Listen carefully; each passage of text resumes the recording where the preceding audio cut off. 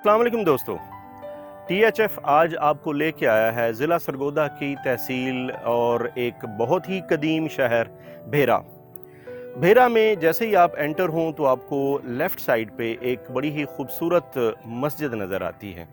इस मस्जिद की एक तारीख़ी अहमियत है। इस मस्जिद को जामिया मस्जिद शेर शाह सूरी कहते हैं। शेर शाह सूरी जब बर-ए-सग़ीर में आया तो अपने दौरे हुकूमत के दौरान यानी 1540 से 1545 के दरमियान शेर शाह सूरी ने यहाँ पर जब जदीद भेरा जो है, नया भेरा जब यहाँ पर आबाद किया तो उसी वक्त इस मस्जिद को तामीर करवाया। इस मस्जिद को उस वक्त एक, जैसा कि आप बाद में देखेंगे, मुग़लिया तर्ज तामीर जो कि उस वक्त राइज था उसी के तहत इसको यहाँ पर बनाया गया, इसको तामीर करवाया गया। और बाद में जैसे जैसे वक्त गुज़रता गया ये मस्जिद अपनी जगह पे मौजूद रही। सिर्फ सिखों के दौर में 1771 से ऑनवर्ड ये जो मस्जिद थी इसको कोई बहुत ज़्यादा केयर नहीं की गई। सिखों के दौर में यहाँ पर अस्तबल बनाया गया, इसके साथ अच्छा सलूक नहीं किया गया।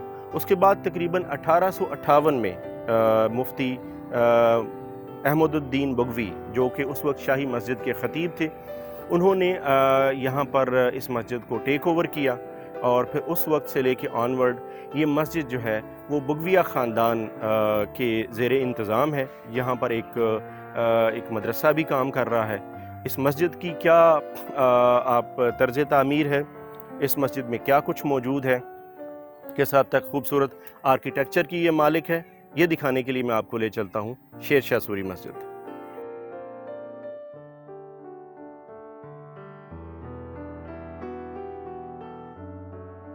जी तो दोस्तों, मैं इस वक्त शेर शाह सूरी मस्जिद भेरा के बिल्कुल सहन के बिल्कुल दरमियान में खड़ा हूँ और जिस जगह मैं खड़ा हूँ ये एक बरामदा नुमा जगह है, बारादरी टाइप एक जगह है और मेरी दाईं जानिब आपको एक तालाब नज़र आ रहा है।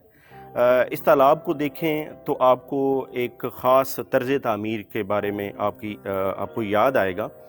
इस तरह का तालाब मुग़लिया दौर और उस दौर या उससे पहले के दौर की जितनी भी मसाजिद हैं ये उनके तर्ज तामीर का एक ख़ास हिस्सा था।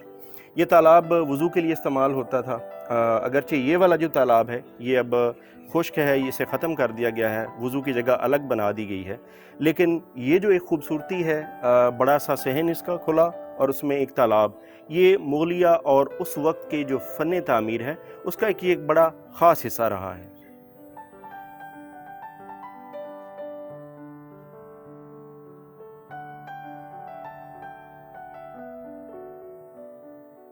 तो दोस्तों, मैं इस वक्त मौजूद हूँ शेर शाह सूरी मस्जिद के जो मेन हॉल है उसके बिल्कुल दरमियान में। जैसे कि इससे पहले मैं आपको बता चुका हूँ कि इस मस्जिद का जो मेन हॉल है उसके 3 दरवाज़े हैं। मैं इस वक्त बिल्कुल दरमियान के दरवाज़े के सामने खड़ा हूँ और इसकी, जैसे कि उस वक्त का जो तर्ज तामीर था उसी हिसाब से इसके 3 महराबें हैं। एक मेन महराब है जो मेरे पीछे आप देख रहे हैं इस वक्त, और एक दाईं जानिब है और एक बाईं जानिब है।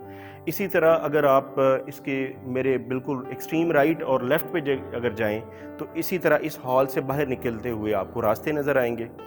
ख़ास बात इस तर्ज तामीर की ये है कि इसकी दीवारें बहुत मोटी हैं और इस वक्त अगरचे गर्मी का मौसम है लेकिन यहाँ ऐसी कोई गर्मी महसूस नहीं हो रही, क्योंकि ये फ़न तामीर जिसमें मोटी दीवारें और काफ़ी चौड़ी दीवारों का रवाज था, ये हर किस्म के मौसम के लिए मौजू थी।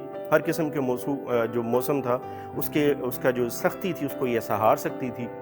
ऊंचे इसके जो छत है और इसका जो दीवारें और इसका जो आर्किटेक्चर है ये एक अपने अंदर बहुत सारी खूबसूरती समोए हुए है। दोस्तों, मैं इस वक्त मौजूद हूँ शेर शाह सूरी मस्जिद के सहन के दाईं जानिब। जैसे मैंने आपको शुरू में बताया था कि दाएं बाएं इसके तामीरात मौजूद हैं।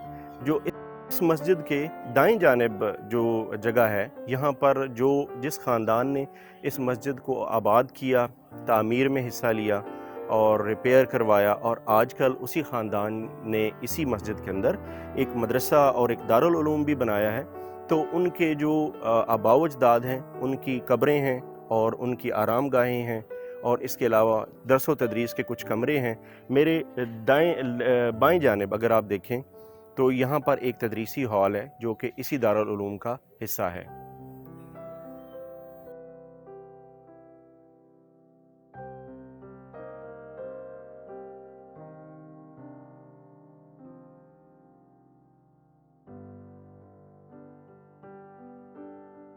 ہیرا تاریخی لحاظ سے ایک قدیمی شہر ہے. چونکہ قدیمی شہر ہے تو اس میں مختلف تہذیبیں، مختلف ادوار میں مختلف فاتحین جہاں سے گزرے، تو اس کی تہذیب و تمدن، اس کا علم و ادب مختلف ادوار میں مرحلہ مرحلہ بڑھتا ہی چلا گیا. یہ شیر شاہ سوری کی مسجد جو اس کے نام سے منسوب کی گئی ہے، یہ جب انگریزوں کے دور میں اس کو واگزار کرایا گیا تو اس وقت یہ انتہائی شکستہ تھی. مولانا احمد الدین بگوی مفتی پنجاب اور خطیب شاہی مسجد لاہور نے اپنے تعلقات کی بنیاد پر انگریزوں سے اسے واگزار کرایا اور اس کو از سر نو اس کی مرمت کی گئی. مسجد محض عبادت گاہ کا نام نہیں ہے، مسجد علم و ادب، تعلیم و تربیت، تبلیغ و جہاد کا نام ہے. ان بزرگوں نے اس مسجد کو صرف عبادت گاہ کے طور پہ نہیں بلکہ ایک تعلیمی ادارے کے طور پہ استعمال کیا.